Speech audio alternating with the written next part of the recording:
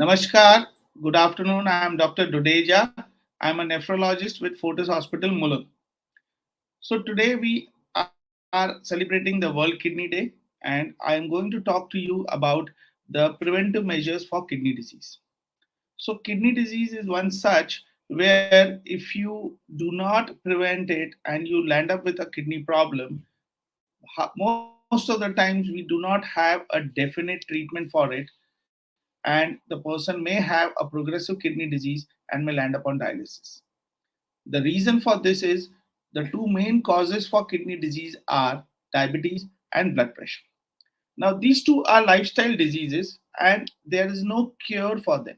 They can only be controlled, and that's why kidney disease, as a side effect of diabetes and blood pressure, can also be controlled. So, the best way is if we can know how to prevent kidney disease. So, the main risk factors for kidney disease are obesity, which can lead to diabetes and blood pressure. Sometimes we consume certain painkillers on a very regular basis, like Brufen, Combiflam, Voveron. These are called as NSAIDs, non-steroidal anti-inflammatory drugs, which are used to suppress the pain. And they are really powerful, so it becomes a habit. When consumed in a large quantity for a long time, they can damage the kidney. So you should avoid taking them on a regular basis and repetitively. Similarly, there are certain Ayurvedic medicines which may contain bhasma. Bhasma usually is a mixture of metals. It can contain lead, mercury, arsenic. So these metals can also damage the kidney. So I don't know whether an Ayurvedic medicine is indicated or necessary for you, but I do know that if they contain bhasma, if they contain metals, they can harm your kidneys. So my suggestion to you is please get your Ayurvedic preparation tested for bhasma, these metals. They are routinely done in all the laboratories. And if they do contain them, then you should avoid. So these are some of the things. Secondly, we also see a lot of kidney disease developing due to stone disease. So you should follow simple basic measures to prevent stone formation, like adequate hydration, right diet for you, so that you do not make stones repetitively. And these stones which can block the kidney and harm them, or these stones which can precipitate an infection and harm them. Also, there are patients who develop repeated urinary tract infections. Now, this can be due to some lifestyle problems. Like a lot of times in a busy city like Mumbai, where women travel from one distance to the other and they do not find good toilet facilities, hold urine for long, and this can cause repeated urinary infections. Elderly males can develop a subclinical prostate problem without knowing, and they may be holding back a lot of urine without realizing, not able to pass completely, and they can develop repeated infections. Similarly, elderly females who have local vaginal atrophy or also can develop ureteral stenosis can develop again repeated urinary infections. So let me enumerate again problems which can cause kidney disease, which can be prevented, and that's how a kidney disease can be avoided. Control your diet and body structure so that diabetes comes in late or doesn't come at all, because that can further lead to kidney disease. Control your blood pressure so that it doesn't harm your kidneys. Control your diet in terms of salt and protein so that the blood pressure is under control and the kidneys are protected. Drink adequate water so that you do not put yourself at risk for making more stones. Regular voiding habits so that you do not develop repeated urine infections. And also regular evaluation. Because it so happens that many times when we check for problems related to kidney and identify them, we pick them up early. And if we pick them up early, then we can either have a corrective measure for that, or we can at least start controlling them better. So, getting yourself checked with a simple urine routine to look for any blood or protein in the urine, getting yourself checked for regular blood pressure monitoring, getting yourself checked for creatinine, which is a blood test to tell you about the kidney function, is a good way of picking up a kidney problem early. So these are the things which will help you in preventing kidney disease or picking up early a kidney disease and helping it control. Now, when it comes to treatment of a kidney disease, there also is a strategy where you can prevent further damage to the kidney. And there, sometimes a lot of emphasis is on diet. So you should have the right diet for your kidney disease. If you are a predominantly meat eater, you require a significant change in your diet because you are not allowed to have more than 30-40 grams of protein in a day with kidney disease. If you are a predominantly vegetarian eater, then probably you are eating adequate protein as per your kidney recommendations itself. So you do not need to make major changes. Control of blood pressure to the target like 130/80, which prevents progression of kidney disease, is important. And not just taking 2 or 3 tablets for blood pressure and the blood pressure hovering around 150/90, 160/90. That is not going to protect your kidney. Similarly, control of your diabetes so that your HbA1c or glycosylated hemoglobin is less than the recommended range of 7.2 will protect your kidney. Taking 2, 3, 4 medicines for diabetes but not maintaining this adequate target is not going to protect your disease. So you must meet a kidney doctor at the moment you come to know you have diabetes or you have any other problem like blood pressure which can cause kidney damage, and you must meet them regularly so that you can control the parameters as per the recommendation, which means your blood pressure is kept under control as it is recommended, your diabetes is kept under control as it is recommended. And if both are controlled as it is recommended, then your progression to dialysis is going to be very, very late. So, developing a kidney disease is not a crime, is not a problem. But not controlling it well and landing up on dialysis in 1 or 2 years is definitely avoidable and it should be done. So thank you. I would like to take some questions from you and help you answer, uh, help you with them so that you can take care of your kidneys better. Yeah. So if we eat egg, can we cause damage? Now, egg is a protein. You are allowed to eat protein. You are not allowed to eat excessive protein.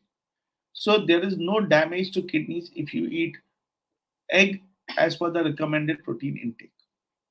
If you eat the white as well as the yellow, if your cholesterol is okay, it is acceptable. Only if your cholesterol is high, you are on drugs for controlling cholesterol, should you be avoiding the yellow of the egg. I can see a question asking me, what is the treatment for a patient with level 9 creatinine? Now, creatinine is something that your GFR drops to less than 10%. There are two options for you. If your GFR drops to less than 10%, there are two options for you. Or rather, you require renal replacement therapy. Renal replacement therapy can be in the form of dialysis or in the form of transplant. Dialysis can be of two types: hemodialysis, which is the purification of the blood done on a machine, either at home or in the hospital 3 times a week, 4 hours each time. Peritoneal dialysis is the dialysis using peritoneal dialysate fluid put in the abdominal cavity, which is done at home 3 to 4 times in a day or using a machine overnight. These are two types of dialysis available to us. Similarly, a transplant can be done. Transplant can be a live related transplant, which means you get a kidney from a known relative. It may be matched or unmatched. You can do both nowadays. Or it can be a cadaver transplant where you get a kidney from a cadaver, which is a brain dead body who has donated the organs. So these are the options available to us for a person with a creatinine level 9, which is CKD stage 5, also called as end stage kidney disease. So there is a question like, I have a kidney stone 5 millimeter. Now, a kidney stone, anything less than 6 millimeter, usually can pass off on its own. So, what would be recommended here is that you take hydration therapy so that you can flush out the stone on its own. It also depends where the stone is. Now, if the stone is at the lower pole of the kidney, getting it to climb up into the ureter and come out is going to be difficult, and staying there with the stone may not always be harmful. So,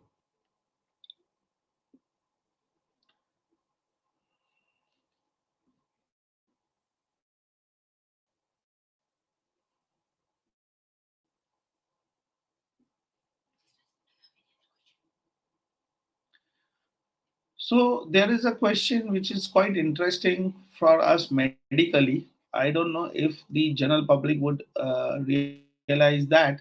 So there is a question if the urea is normal and the creatinine is high. So sometimes muscle destruction due to infection, due to any drug, due to over exertion, or exertion following a bout of alcohol where the muscle injury happens. Now, the creatinine usually comes from the breakdown of muscle protein. So, if there is a breakdown of muscle protein, the creatinine increases. And if the breakdown is a little rapid compared to what your kidney can flush out, then the creatinine may go high. At this time, the kidney may not have got damaged and your urea would still be normal. Here, we need to identify the reason and treat that, because this may not necessarily mean a permanent kidney damage. So, there are certain situations like this where we have to identify and confirm whether it really means a kidney failure. Similarly, an opposite of this would be that you do have a significant kidney failure, but your creatinine is not so high, which can again happen if you are not using too much of muscles, or say for example somebody with a hemiplegia or a paraplegia, which means a stroke, not able to move his muscles, develops kidney failure. His creatinine would not be as high as somebody who has the same kind of kidney failure but is moving around. Right.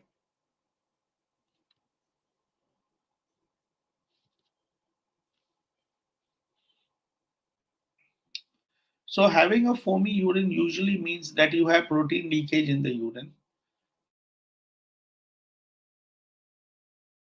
Your creatinine would not be as high, but you have diabetes and blood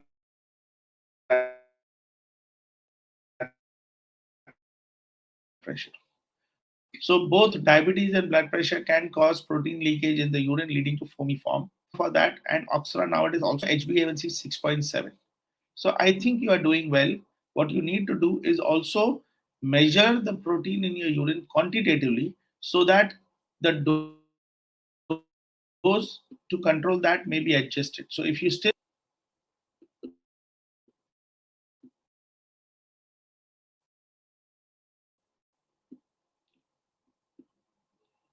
right.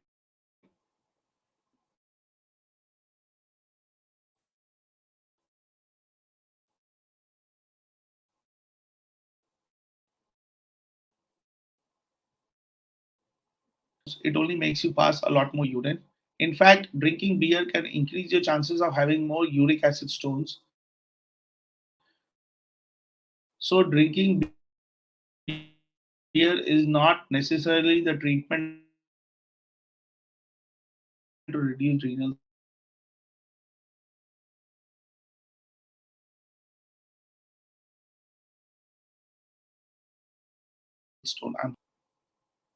Since there are no more questions, I would take your leave. I hope you were able to satisfy the doubts that you had in your mind, and I was able to help you answer the questions for us on this World Kidney Day. Thank you very much. Namaste.